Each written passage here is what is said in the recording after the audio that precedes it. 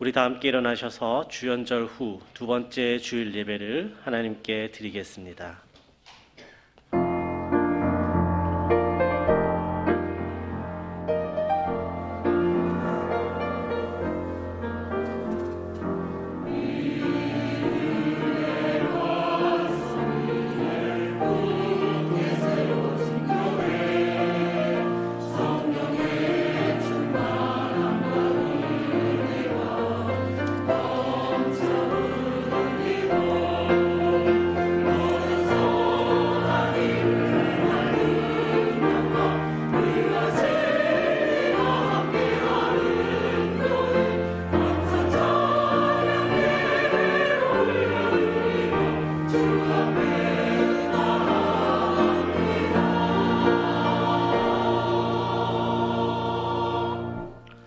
할렐루야.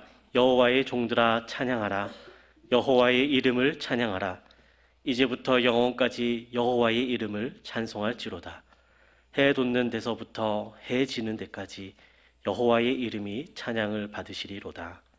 하나님은 영이시니 예배하는 자가 영과 진리로 예배할지니라. 구원과 은혜를 베푸시는 하나님, 부족한 저희를 성전으로 이끌어 주시니 감사합니다.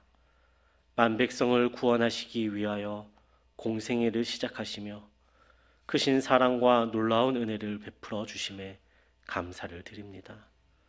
예배하는 이 시간, 주님을 만나는 심령마다 평화가 깃들게 하시고 주님을 찬미하는 모든 성도에게 신령한 기쁨을 충만하게 채워 주옵소서. 성령님의 음성에 순종하여 모든 죄와 두려움을 벗어버리고 주님께서 비춰주시는 광명함으로 나오게 하옵소서. 예수님의 이름으로 기원하옵나이다. 아멘. 나는 전능하신 아버지 하나님 천지의 창조주를 믿습니다. 나는 그의 유일하신 아들 우리 주 예수 그리스도를 믿습니다. 그는 성령으로 잉태되어 동정녀 마리아에게서 나시고 본디오 빌라도에게 고난을 받아 십자가에 못 박혀 죽으시고 장사된 지 사흘 만에 죽은 자 가운데서 다시 살아나셨으며 하늘에 오르시어 전능하신 아버지 하나님 우편에 앉아 계시다가 거기로부터 살아있는 자와 죽은 자를 심판하러 오십니다. 나는 성령을 믿으며 거룩한 공교회와 성도의 교제와 죄를 용서받는 것과 몸의 부활과 영생을 믿습니다. 아멘.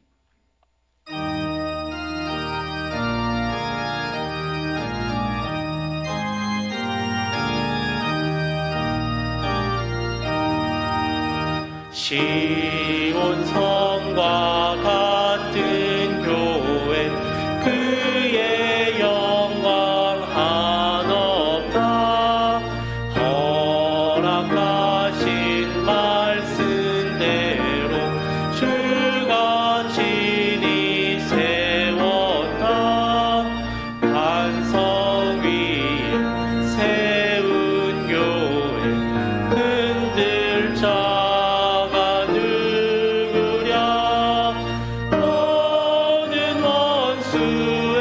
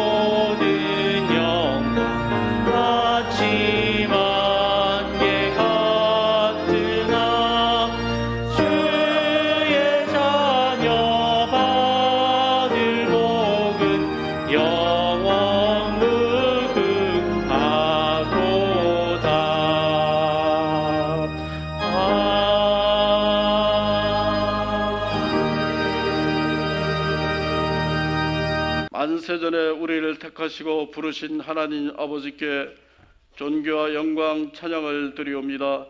49년 전에 대한교회를 세우시어 수많은 영혼들을 구원하신 그리스도의 명령을 따라 복음사역이 복음 전도와 그 사역을 잘 감당하는 교회로 성장하게 하시니 감사합니다. 구원받은 성도들이 함께 모여 영과 진리로 감사와 기쁨으로 예배드리오니 영광 받으시옵소서. 우리가 구원을 받고 하나님이 자녀가 된 것은 끝까지 기다리시고 견인하신 하나님의 놀라우신 사랑과 인내, 우리 죄를 속량하기 위하여 구원하기 위하여 십자가에 매달려 죽으신 그리스도의 은혜로 말미암습니다. 이러한 하나님의 역사가 없었더라면 우리와 하나님과의 관계는 끊어져 있고 예수님이 오시기 전과 같이 하나님은 우리 죄를 심판하시고 불타는 지옥이 우리 영원한 집이 되었을 것입니다. 그러나 예수께서 이러한 우리를 구원하시려고 십자가에서 피 흘려 돌아가신 것은 입으로 표현이 불가능한 무한한 사랑입니다. 어느 누가 영원한 죽음 앞에 서 있는 나를 구해 주었다면 얼마나 감사하겠습니까? 그렇습니다. 하나님은 죽을 사람을 살리시는 분입니다. 모든 사람을 살리기 위해 그리스도의 죽음과 부활을 전하라 하셨습니다.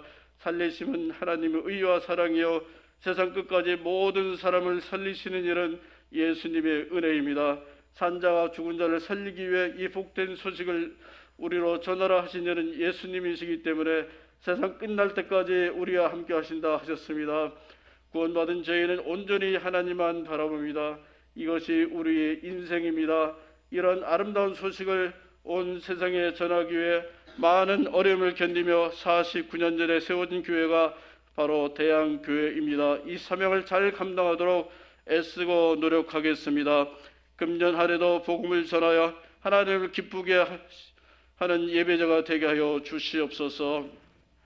아버지 하나님, 이 2차 세계대전 이후에 국소적인 전쟁은 있었으나 믿음의 나라들 견고하게 하셔서 평화를 누렸습니다. 그러나 다시 전쟁이 확대될 수 있고 세계 경제는 어려워지고 나라들은 서로 편결하기를 하여 나라 사이의 긴장이 커지고 있습니다. 주여 이 땅에 평화를 주시고 일용할 양식을 주시고 모든 세상 나라가 하나님의 복을 받게 하여 주시옵소서. 국가 간이나 개인 사이에 거짓말하지 않고 남을 속이거나 해롭게 하지 않고 남을 이해하고 어려움을 돕는 세상, 하나님이 원하는 세계가 되게 하여 주시옵소서. 대한교회 성도들에게 복을 주시옵소서. 세상의 즐거움보다 하나님 주신 참 기쁨을 사모하게 하시고 성령의 도우심으로 하나님의 기쁜 뜻을 알게 하시고 하나님이 우리에게 주신 계명을 잘 준행하게 하여 주시옵소서. 질병과 암으로 고통받는 성도들을 주님의 손으로 안수하여 깨끗이 낚아여 살아계신 하나님을 알게 하시옵소서.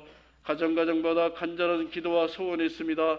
이루어 주시옵소서. 예배와 교회에 대한 인식이 일부가 가벼워지고 있습니다. 그래서 교회 학교와 청년부의 수가 줄고 젊은 성도와 교회 일꾼이 줄어들고 있습니다. 이는 하나님께 대한 믿음과 사랑이 줄어들고 있다는 증거입니다. 오늘 즉시 하나님이 나를 부르신다면 무엇이라 대답하겠습니까? 나의 삶은 동전의 양면 같아서 살아가면서 동시에 죽어가고 있습니다. 동전이 뒤집히는 순간 우리 삶도 죽음으로 바뀌어 버립니다. 살아있을 때 하나님을 최우선적으로 사랑하고 섬기게 하여 주시옵소서. 대한교회를 이끄시는 김수환 목사님을 특별히 사랑하여 주시옵소서. 하나님의 얼굴은 보이지 않지만 하나님의 말씀을 전하는 목사님의 얼굴은 보입니다. 목사님을 통해 하나님 아버지의 얼굴도 예수님의 얼굴도 보게 하여 주시옵소서. 예수님의 사역을 잘 감당하게 하시고 사도 바울의 마음을 주시옵소서. 오늘은 젊은 시절에 주님을 위해서 교회를 위해서 봉사하시고 헌신하신 권사님과 안수 집사님이 은퇴를 하고 또한 새롭게 은퇴 권사, 명예권사, 명예집사로 임명되시는 분들이 있습니다. 하나님 이들을 기억하여 주시고 평생 하나님을 위해서 봉사했으니 그 여생에 복을 주시고 하나님 하늘의 별처럼 빛나게 하여 주시고 새로 임직되는 분들은 하나님께 더욱 감사하여 기도하고 애쓰는 직분자가 되게 하시길 간절히 원합니다. 원하옵기는 교회 학교와 청년부가 부흥하게 하시고 젊은 성도들이 가득 차게 하시고 교육자님들을 능력으로 함께해 주시고 교회 일꾼들에게 복을 주시옵소서. 당회를 거룩하게 하시고 아가페 찬양대에게 복을 주시옵소서. 믿음과 감사와 소망을 가지고 드리는 아가페 찬양대의 찬양을 받으시고 영광 받아 주시옵소서. 우리 주님 거룩하신 예수님 이름으로 간절히 기도드렸습니다. 아멘.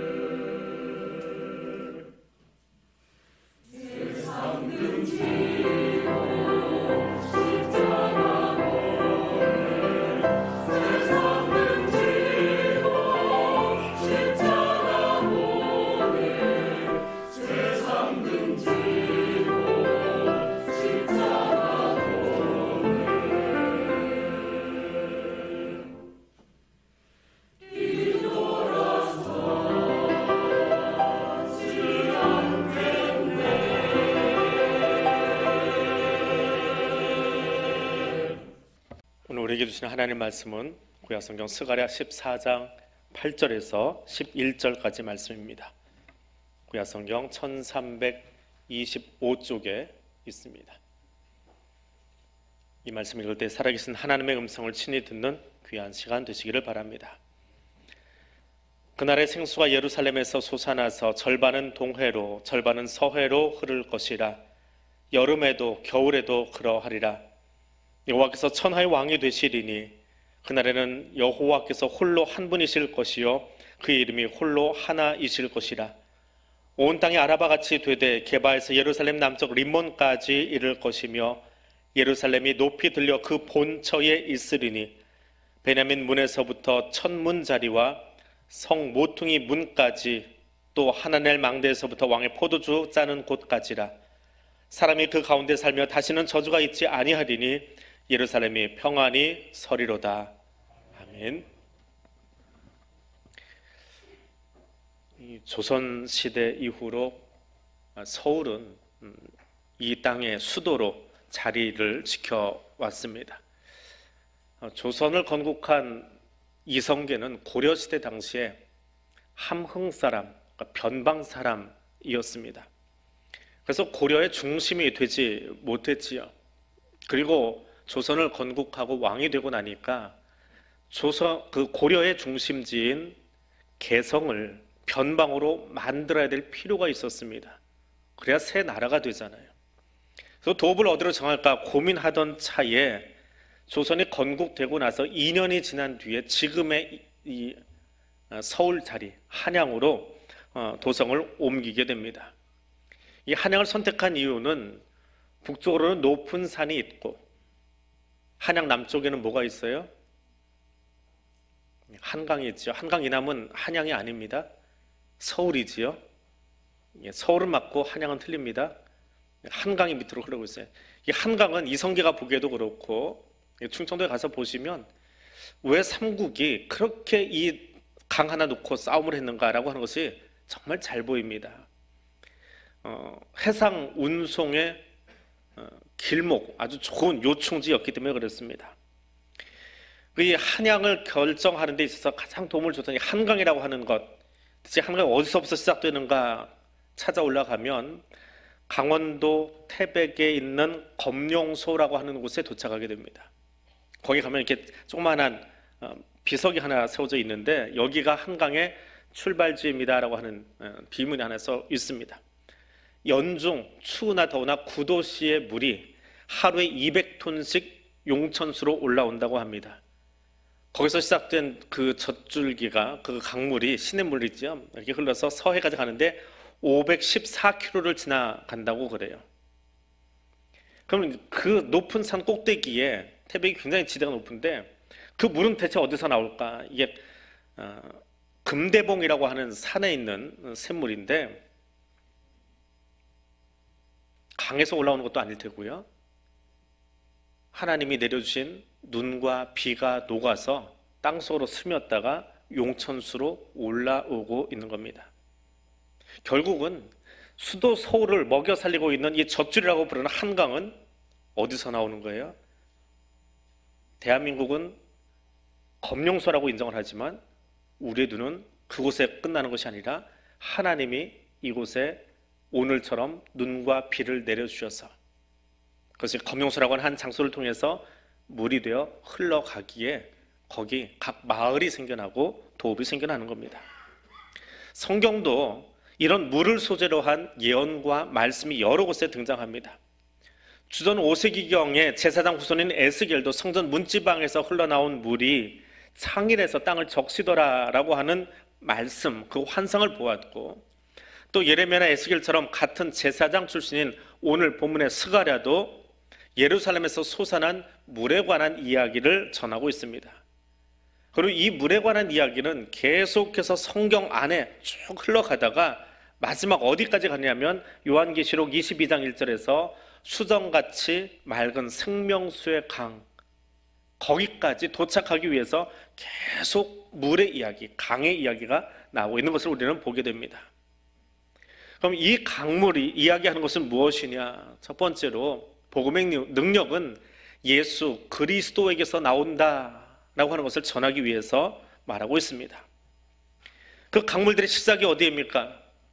오늘 본문에 나오는 스가랴는 그날 여호와의 날에 생수가 예루살렘에서 솟아나서 흐른다라고 8절에서 말합니다.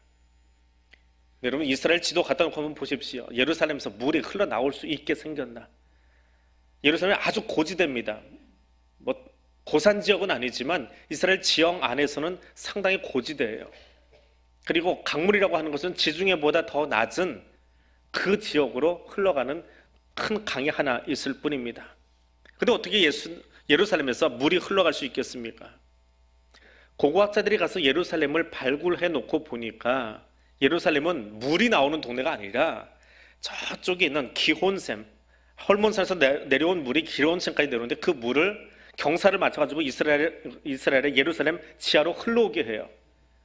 그리고 그것을 예루살렘 지하에 고인 물을 두레박으로 떠올려서 먹는 그런 시절을 겪었습니다. 물론 지금이야 기계장치가 있어서 압력이 좋으니까 끌어올리는 기술이 있지만 히스기야 때는 히스기야 터널이라고 하는 우리 상하수도 터널 만들어 놓으면서 그런 터널을 만들어서 물을 예루살렘 밑에까지 끌어다 놓고 장시간 적들과 마주했을 때 항전할 수 있도록 그런 시설까지 갖추어 놓았다고 합니다. 에스겔과 스가랴가 본 그 생수가 흘러나오는 성전, 그것도 알고 보면 태백의 검룡소처럼 물의 근원은 아닙니다. 진정한 생수의 근원은 말씀이지요. 예루살렘에 말씀이 있기에 하나님의 말씀을 주셨기에 그 말씀의 생수가 열방으로 성전 문턱을 지나 흘러간다라고 하는 겁니다. 그 복음서로 오면 결국 그 생수는 누구였습니까? 성육신에서 이 땅에 오신 예수 그리스도. 예수 그리스도의 말씀이 우리를 목마르지 않게 하는 생수더라라고 말합니다. 그래서 사도 요한은 이것을 아주 정확하게 짚어서 우리에게 이야기해 주고 있습니다. 사마리아에 있는 수가성에 예수님이 제자들과 함께 가셨다가 수가성의 한 여인을 만나서 이야기하는 그 대화를 통해서 명확하게 답을 주고 계십니다. 그 수가성에 도착했을 때에 물을 기르러 나온 그 여인이 하는 이야기가 있어요. 야곱이, 우리 조상 야곱이 우리에게 준 우물 가지고 지금까지 먹고 살고 있는데 어디서 마르지 않는 물을 먹을 수 있겠습니까? 그때 예수님이 주신 메시지입니다. 내가 주는 물을 마시는 사람은 영원히 목마르지 아니할 것이다. 내가 주는 물은 그 사람 속에서 영생에 이르게 하는 샘물이 될 것이다 라고 말합니다. 사람이 주는 물은 마르고 고갈될 때가 있습니다. 검정소에 그 샘이 마르지 않고 한가에 물을 공급해 주는 것 같지만 실상은 근원이신 하나님이 자연의 섭리를 통해서 그곳에 눈과 비를 내려주셔서 끊임없이 하루에 200톤씩 되는 물이 용솟음 칠 수 있도록 만들어 주신 거지요. 땅의 것은 영원하지 않습니다. 하나님이 그 섭리를 멈춰버리시면 우리는 물 한 방울도 마실 수가 없습니다. 예루살렘이 평화의 도시라고 하지만 그 평화의 도시로서 유지하기 위해서는 기혼샘까지 물을 흘려보내주시는 헐몬산 위에 끊임없이 그 눈을 저장해 두시고 비를 내려주시면서 기온샘으로 그리고 예루살렘 지하의 저장고로 물을 이끌어 주시는 하나님이 계시기에 가능한 겁니다. 스가랴 선지자는 그 날, 여호와의 날에 예루살렘에서 물이 흘러나와서 동과 서로 흐를 것이다 라고 말합니다. 갑자기 유전이 발견되듯이 어느 날 샘이 발견되어서 용천수로 흘러나오는 것이 아닙니다. 거기 하나님이 계시기에, 거기 말씀의 근원이신 생수의 공생 하나님이 계시기에 우리는 그 물을 먹고 마실 수 있는 겁니다. 요한계시록에 쓰여진 말씀처럼 예루살렘이 아니라 어린 양의 보좌에서 흘러나온 생수가 만국을 소성케 하는 것입니다. 이것이 예수 그리스도 복음의 능력입니다. 복음의 능력은 사람이나 건물에 있지 않습니다. 오직 생수의 근원은 예수 그리스도에게 있습니다. 오늘 교회 창립 기념주일입니다. 예수님께 소망을 두고 달려온 지난 49년이 있었습니다. 그것도 소중한 역사입니다. 더불어 앞으로 우리가 걸어갈 그 인생의 길, 복음을 전하는 그 길도 주님이 주는 복음의 능력으로 걸어갈 수 있는 그 복음의 능력, 말씀의 능력을 소유한 교회가 될 수 있기를 소망합니다. 두 번째로 복음은 온 땅에 두루 퍼집니다. 스가랴는 오늘 본문 가운데서 생수는 예루살렘에서 솟아나서 동해와 서해로 흘러간다. 여름과 겨울에도 흘러간다 라고 말합니다. 경작지로만 흘러가지 않습니다. 여름에만 흐르는 것도 아닙니다. 생수는 이 땅의 강물이 아니라 성전에서 나온 하나님이 주신 생수는 동해와 서해로 더위에도 한파에도 생명을 주기 위해서 계속해서 흘러갑니다. 두 사람이 사막 여행을 나섰습니다. 사막 여행은 가이드가 없으면 길 잃어버리기가 아주 쉽상이라고 합니다. 사방이 모르기 때문에 방향이 잡히질 않는다고 그래요. 어렵게 사막 여행을 마칠 때쯤 되어서 우리도 이제 여기까지 왔으니까 기념비 하나 남기자 라고 말을 했답니다. 그랬더니 옆에 있던 친구가 아니야, 우리도 겪어봤지만 사막을 지나오는데 물이 없어 얼마나 힘들었어. 여기다 우물 하나 파서 뒤에 오는 사람들이 목 좀 축이고 지나가게 하자. 둘이 의견을 냈습니다. 그리고 어떻게 결론 지었을까요? 그래, 두 개 다 하자. 기념비도 만들고 우물도 파고, 그래서 그걸 다 해놓고 이제 길을 떠났습니다. 아주 오랜 세월이 지난 다음에 두 사람이 그것이 기억나는 거야. 우리 한번 거기 찾아가 보자. 어떻게 변했나 하고 찾아갔더니 기념비는 모래바람에 다 풍화되어서 사라져버리고 우물은 여전히 그곳에서 또 사막여행을 하고 있는 뒤에 오는 사람들에게 물을 공급해 주고 있더랍니다. 우리는 이 땅에 살면서 자기 이름을 남기기를 원합니다. 호랑이는 죽어서 가족 남기고, 사람은 죽어서 이름을 남기고. 그 말이 왜 내 가슴에 쏙 들어와요? 다른 것보다 나도 이름 남기고 싶어서. 그러니까 그게 가슴에 와 다 있는 거예요. 내 이름 석자 역사 속에 남기고 싶은 까닭입니다. 건물을 설계한 사람으로, 이 모임을 만든 사람으로, 회사의 창립자로, 혁혁한 공을 세운 사람으로 우리는 남고 싶어 합니다. 어쩌면 우리는 이 땅의 수고가 이름 석자 남기기 위해서 그렇게 땀 흘리고 수고하고 있는지 모르겠습니다. 그것이 평생의 수고이지요. 근데 하나님은 오늘 우리에게 한 이름을 알려주셨습니다. 그 이름은 예수입니다. 근데 그 예수님은 저와 여러분에게 자기 이름을 위해서 기념비를 세워달라고 부탁하신 적 없습니다. 자기를 위해서 화려한 교회를 지어달라고 요청하신 적도 없습니다. 그리고 예수님은 우리에게 딱 한 가지 가장 큰 사명을 주셨는데, 오직 성령이 너에게 임하시면 너희가 권능을 받고 예루살렘과 온 유대와 사마리아와 땅 끝까지 이르러 내 이름, 내 증인이 되라 라고 명령하셨습니다. 사람은 사람을 사귀고 친구를 사귈 때 가려서 사귀입니다. 친한 사람하고 있고 또 친한 사람과 밥을 먹습니다. 불편한 사람과 굳이 밥 먹으려고 하지 않습니다. 체하잖아요. 편안한 사람과 밥 먹고 싶어 합니다. 밥 먹는 자리까지 불편한 사람을 부르지는 않지요. 그런데 복음은 다릅니다. 복음은 인종과 지역과 친분을 뛰어넘습니다. 개바에서 림몬까지 열방을 향하여 이념과 사상을 뛰어넘어 복음이 필요하지 않은 곳은 없습니다. 그래서 존 번연은 이렇게 이야기합니다.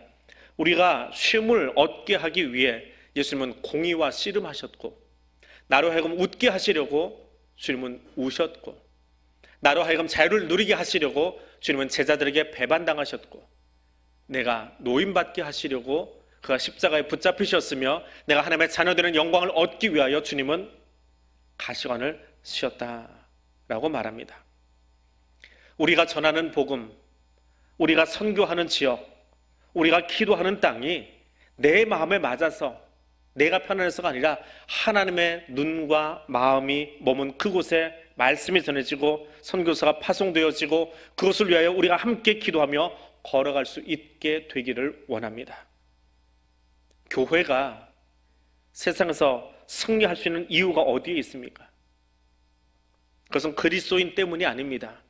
교회가 승리하는 이유는 그리스도인들이 가지고 있는 그 수많은 약점에도 불구하고 그들이 지니고 있는, 그리스도인이 가지고 있는 복음의 능력 때문입니다. 세상을 이긴 그 복음의 능력을 가지고 우리의 땅을 향해서, 삶의 살을 향해서 나아갈 수 있는 그리스도인 될 수 있기를 원합니다. 세 번째로, 복음은 평안의 능력을 가지고 있습니다. 오늘 11절 말씀입니다. 같이 읽어보겠습니다. 사람이 그 가운데 살며 다시는 저주가 있지 아니하리니 예루살렘이 평안히 서리로다. 아멘. 이 말씀을 묵상하면 거꾸로 읽어보세요. 거꾸로 읽으면 생수의 강이 흘러가기 전에 유대 땅은 어떤 땅이었다고요? 평안이 없으니까 어떤 땅이에요? 저주의 땅이에요. 그 땅은 망가진 땅입니다. 허물어진 땅입니다. 무너진 땅입니다. 근데 그렇게 허물어지고 망가지고 무너진 그 땅에 하나님의 말씀이, 복음의 능력이 들어가니까, 예루살렘에 복음의 능력이 들어가니까 그 능력이 거기 머물지 않고 흘러가게 되더라. 스가랴는 이야기합니다. 그런데 어디로 가요? 방향을 가리지 않고, 계절을 따지지 아니하고, 시간을 따지지 아니하고 열방을 향해서 복음이 흘러가더라. 그렇게 될 때 이 황폐했던 땅이, 이 거칠었던 땅이, 이 저주받은 땅이 어떻게 된다고요? 10절에 나오는 것처럼 아라바 같은 땅, 평안이 있는 땅이 되더라 라고 하는 겁니다.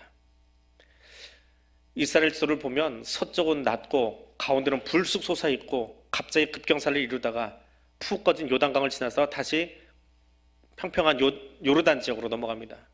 북쪽에서 남쪽으로 내려오는 것도 거친 황야 지역밖에 없습니다. 그런데 아라바 땅은 지중해보다 조금 낮은 지역이면서 더 드넓은 평야 지역을 이루고 있는 이스라엘의 가장 비옥한 땅입니다. 생수가 흐르면 그 모든 땅이 경작이 잘 되는 땅, 사람들이 모여 살기에 좋은 땅이 되더라라고 하는 겁니다.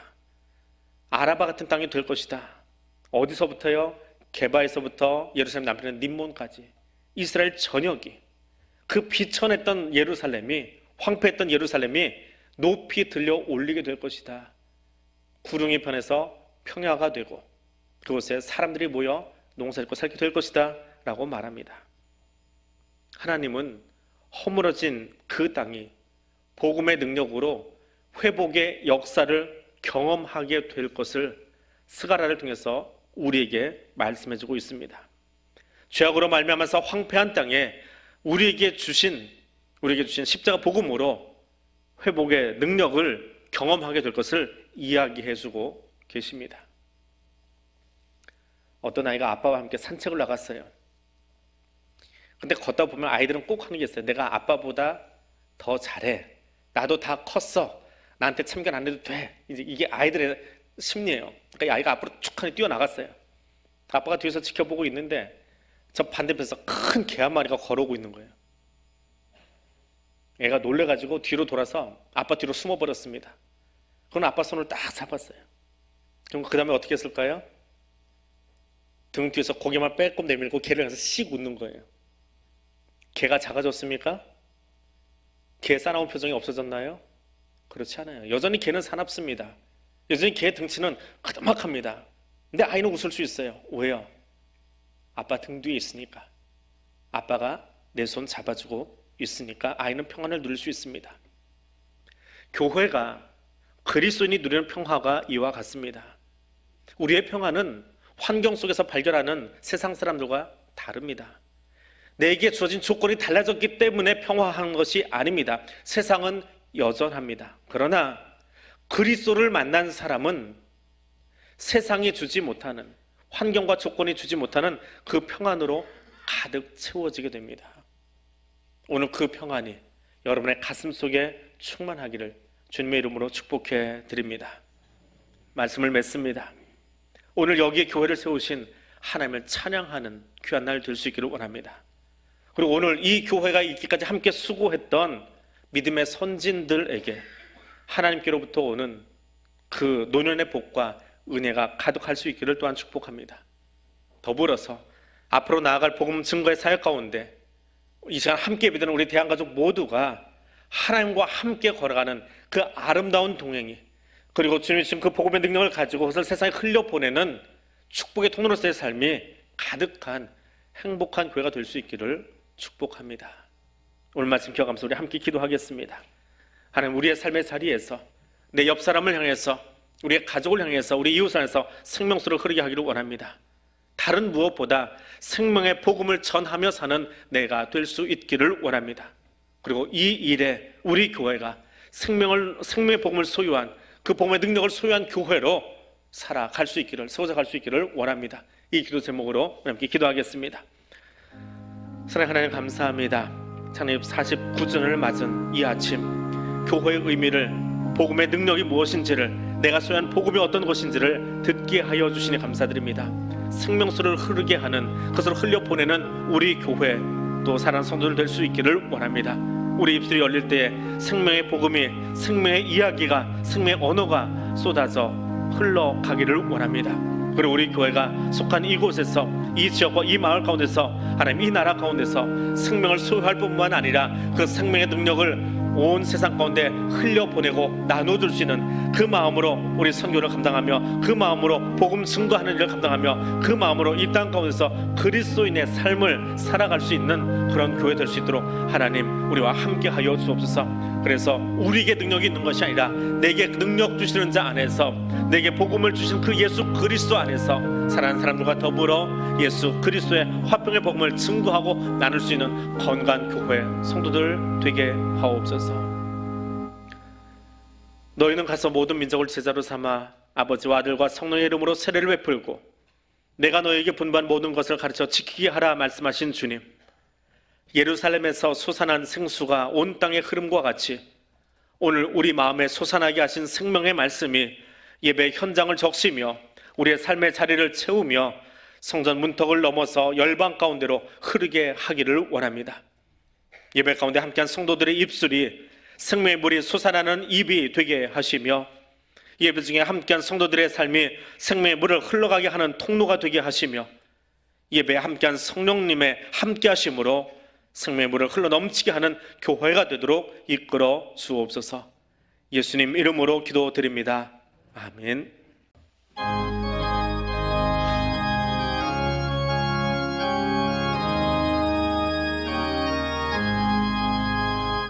강물같이 흐르는 기쁨 성령 강림함이라.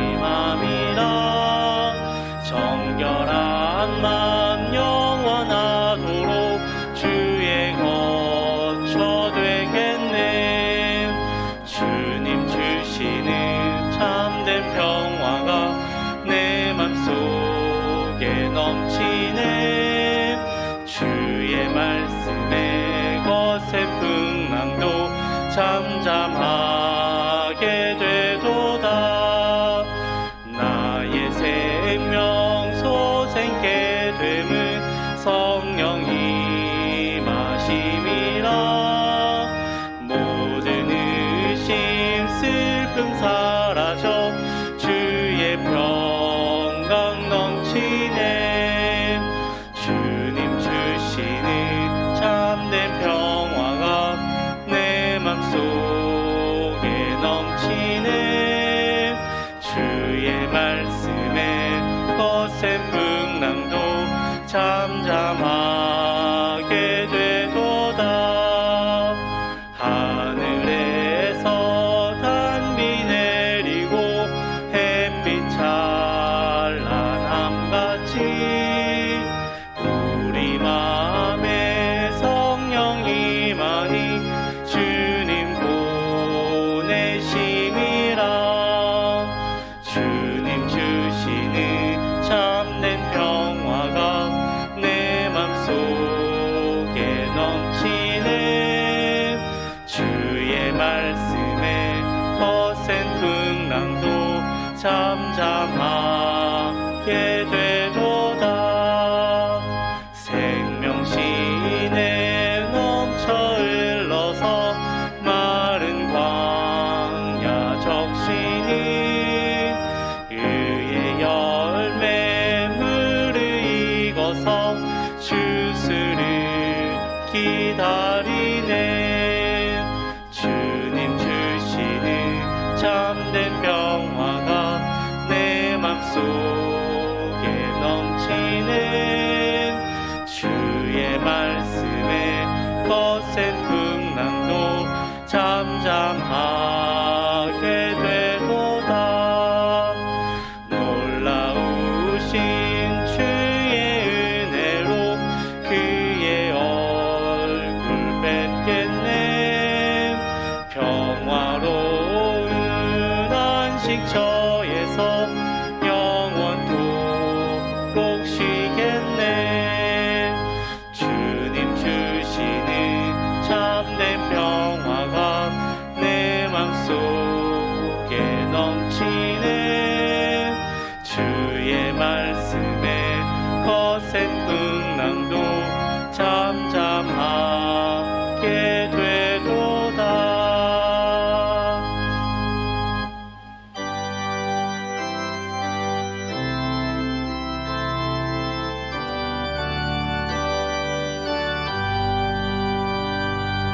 만 가지 은혜를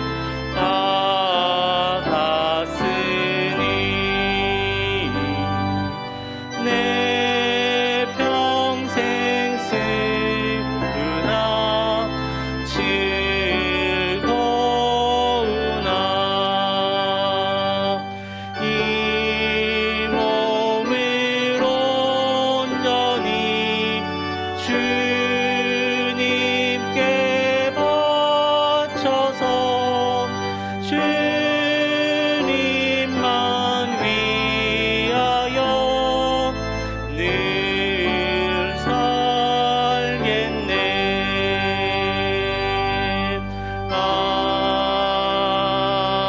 아멘. 지나간 49년의 시간도 또 지나간 우리의 삶도 하나님의 은혜의 날개 아래에 있었음을 고백하며 감사드립니다. 나의 나되는 것은 오직 주의 은혜라 고백하며 그 고백을 담아 이 예물을 올려드리오니 주 기쁘게 흠양하여 주시옵소서. 이 예물을 준비하기까지 또 지나간 우리 교회 49년의 역사가 또 이 나라와 이 민족의 역사가 오직 주의 전능하신 손 안에 있었음을 감사드립니다. 그리고 고백하며 이 예물을 올려드리고 우리의 삶을 주의 두 손에 올려드리오니 기쁘게 받아 주시옵소서. 드려진 예물과 헌신하는 삶이 하나님의 나라를 위하여 더 아름답게 쓰여지도록 주여 이끌어 주시옵소서. 이 시간도 병상에서 군에서 산업의 현장에서 수고하며 애쓰다가 오직 하나님께만 눈을 고정하고 동일하게 엎드린 성도들 기억하여 주시고 거기에 하나님만이 주실 수 있는 평강의 복으로 덧입혀 주시옵소서. 예수님 이름으로 기도드립니다. 아멘. 다 일어나셔서 파송의 찬송 우리 1절만 함께 부르겠습니다.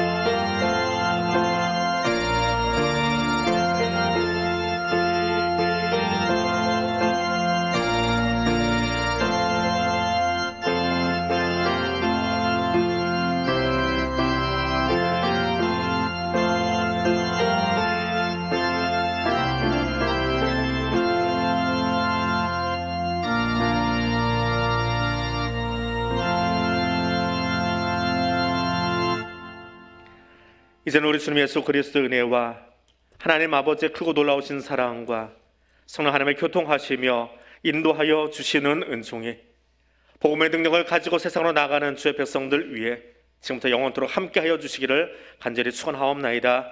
아멘.